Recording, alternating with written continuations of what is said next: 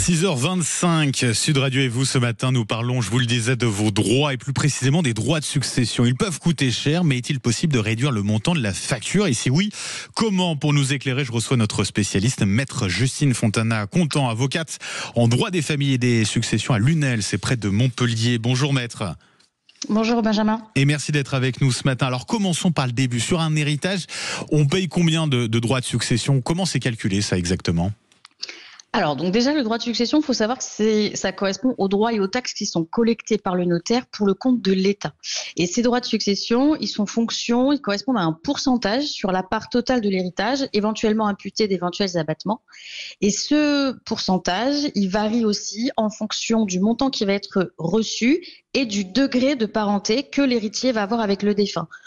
Pour la faire assez rapide, les enfants vont être moins taxés que les personnes qui sont plus éloignées au niveau de l'affiliation avec la personne décédée. Pour avoir une idée, les pourcentages, ça peut aller de combien à combien? Alors, les enfants, les enfants du défunt sont taxés à 5% après abattement. Et par exemple, plus vous vous éloignez, ça va de 15%, 35% jusqu'à 45% pour ceux qui sont le plus éloignés, notamment les cousins ou cousines du défunt. Avec des exonérations, ça concerne qui dans ces cas-là? Qui est exonéré de ces droits de succession? Alors, il y a plusieurs cas de figure dans lesquels on va pouvoir parler d'exonération. Les cas de figure les plus connus, c'est bien sûr l'époux ou le partenaire de Pacs de la personne décédée qui, elle, ne paiera aucun droit de succession. Et ensuite, on aura les enfants qui vont être exonérés à condition que la masse totale à partager soit inférieure à 50 000 € ou toute autre personne qui est amenée à succéder dès lors que la masse à partager est inférieure à 3 000 €. Après, il y a des cas qui sont un petit peu moins connus. Par exemple, les héritiers des victimes de guerre ou des actes de terrorisme ne paieront aucun droit de succession, de la même manière que les héritiers des militaires qui sont décédés en opération extérieure. Il y a d'autres exemples. Et alors, il y a les frais de succession, il y a aussi les frais relatifs à la succession. C'est quoi ça exactement ? Alors, contrairement aux droits de succession, les frais qui sont relatifs à la succession sont les frais qui vont être directement encaissés par le notaire pour rémunérer en fait son travail. Vous avez d'un côté les émoluments qui sont encadrés par la loi, correspondent au travail fourni en matière de rédaction et de formalités administratives effectuées par le notaire. Et d'un autre côté, vous avez ce qu'on appelle les débours, qui sont en fait les frais que le notaire va devoir engager pour mener à bien sa mission. Par exemple, il va devoir interroger un certain nombre de fichiers des dernières volontés, fichiers FICOBA, FICOVI, ou encore effectuer un inventaire ou une expertise sur un bien immobilier. Ça constitue les frais. Bon, maître, est-ce qu'il existe, venons-en à cette question, est-ce qu'il existe des petites astuces pour réduire un petit peu le montant de la facture sur ces droits de succession ? Alors, il y a des astuces, mais il y a surtout un mot qu'il faut retenir pour toutes les personnes qui veulent limiter en fait la casse au niveau des frais de succession, c'est anticiper. Anticiper pour essayer de baisser un petit peu, réduire son patrimoine pour limiter les frais de succession et les droits relatifs à la succession. Alors le premier outil, on va dire le plus percutant, ça reste l'assurance vie. Puisque l'assurance vie, le montant du capital sortira de l'actif de la succession, il ne sera pas taxé. Et notamment en termes d'imposition, si vous faites une assurance vie que le bénéficiaire c'est votre époux, votre partenaire de Pacs, il ne sera pas imposé.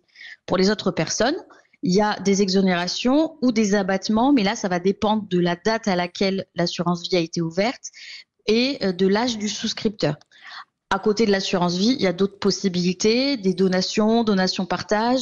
Et si vous êtes propriétaire de sociétés, de parts sociales, la possibilité de donner ces parts sociales ou de mettre en avant un pacte Dutreil avec vos héritiers. Mais là, je mets en garde vos auditeurs, le pacte Dutreil, c'est bientôt terminé, il faut se dépêcher. Donc voilà, il faut se dépêcher là-dessus avec un certain nombre de changements qui vont avoir lieu dans les prochaines semaines, les prochains mois. On est en pleine préparation du budget. Alors il y a plusieurs pistes évoquées. Une hausse des droits de succession sur les plus-values réalisées lors d'un héritage. On a aussi l'instauration d'une taxe sur les successions et aux assurances vie. Vous en parlez sur ces assurances vie, maître, à l'instant. Et puis, plus récemment, hier, on a parlé de l'instauration de mesures d'encouragement sur les transmissions ciblées pour les petits-enfants, les plus jeunes. Concrètement, ça veut dire quoi tout cela? Est-ce que ça va alourdir la facture pour certains?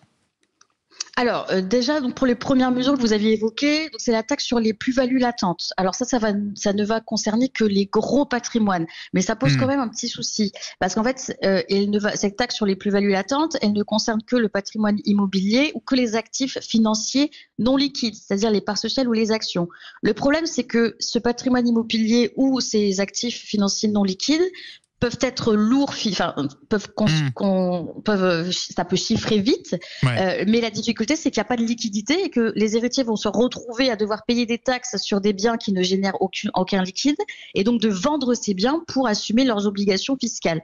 De toute façon, cette mesure elle a déjà été évoquée et elle n'a pas été retenue, donc j'ai mal à penser que ça puisse aboutir.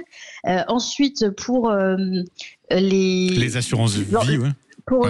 Alors pour les assurances vie, là aussi ça avait été évoqué dans le projet de loi pour 2025.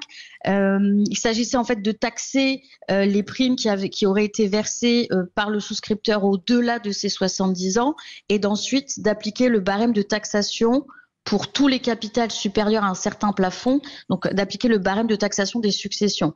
Là encore, ça n'a pas été, ça a été évoqué, ça n'a pas été repris, parce qu'il faut savoir que l'assurance vie, ça reste un moyen d'épargne qui est assez important pour les Français. Si on leur retire ça, clairement, il y aura de grosses difficultés. Bon, la bonne nouvelle, effectivement, en tout cas, c'est si le gouvernement décide d'instaurer, de faciliter les donations vers les petits-enfants et les plus jeunes. Pour l'instant, on n'a pas d'informations précises à ce sujet. On verra cela, on va suivre. En tout cas, un grand merci pour toutes ces explications, maître Justine Fontana-Contant. Je rappelle, vous êtes avocate en droit des familles, succession.